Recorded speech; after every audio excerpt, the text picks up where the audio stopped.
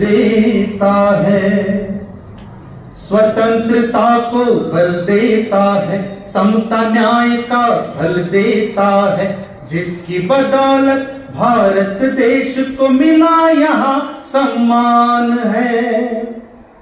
भारत का संविधान है, भारत का संविधान है, भारत का संविधान है, भारत का संविधान है।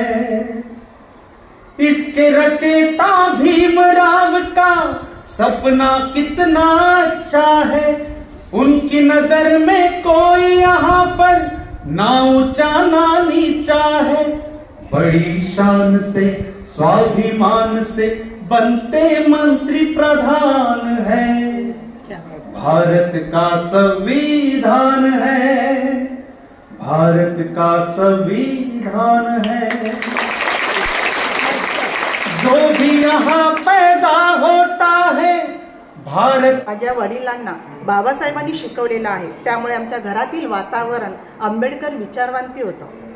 मला जर मार्गदर्शन कोणाचं लाभलं असेल तर माझ्या मुलीचं, कारण शासनाकडून जो कोणता GR आलेला असेल तर ते माझ्या मुलीबरोबर मी चर्चा करून, शाळेमध्ये शिक्षकांशी चर्चा करून हे प्रदर्शन घडवण्याचं मी काम केलेलं आहे। आज त्यामधून संविधानाबद्दलचा संदेश देण्यासाठी मी एक संविधान गीत बसवलं, त्यानंतर नाट्यकरण केलेलं आहे आणि हे सगळे विचार माझ्या मुलीनं सांगितलं आणि ह्या शिक्षकांमध्ये मी रुजवलं। माझ्याबरोबर माझा शिक्षक, विद्यार्थी आणि पालक ह्या तिघांनी मिळून हे ट्रायंगल संविधान तयार केलेले मी, आणि हे आज तुमच्यासमोर पाहण्यासाठी आणि विद्यार्थिनींनी त्याच्यामध्ये खूप अभ्यास केलेला आहे। प्रत्येक गोष्ट अभ्यास करून ते लिहिण्याचं काम केलेलं आहे विद्यार्थिनींनी, आणि त्यामुळे विद्यार्थिनींना धर्म नव्हे तर न्याय, ज्ञान, विज्ञान आणि संविधान हे समजणे आजची काळाची गरज आहे, आणि ते विद्यार्थ्यांनी आत्मसात केलेले।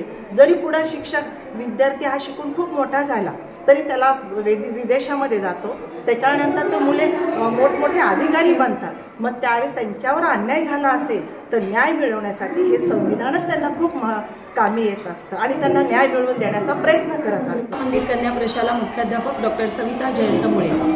आपण सगळे जाणतोच की यंदा संविधानाचं अमृत महोत्सवी वर्ष आहे आणि शासनाने घर घर संविधान या दृष्टीनं उपक्रम राबवले जावेत आणि याच दृष्टीनं आपले विद्यार्थी, भावी नागरिक सजग व्हावेत या विचारानं इयत्ता 5वी ते 7वी या विद्यार्थिनींसाठी संविधान कसं तयार झालं, त्यामधले असलेले मूलभूत अधिकार, हक्क, कर्तव्य या सगळ्या प्रक्रियेबद्दल मुलींना माहिती व्हावी या उद्देशानं दुपारच्या विभागाच्या म्हणजे 5वी ते 7वीच्या पर्यवेक्षिका माननीय शोभा बोरीकर मॅडम यांच्या मार्गदर्शनातनं एक शैक्षणिक साहित्य निर्मिती केली गेली।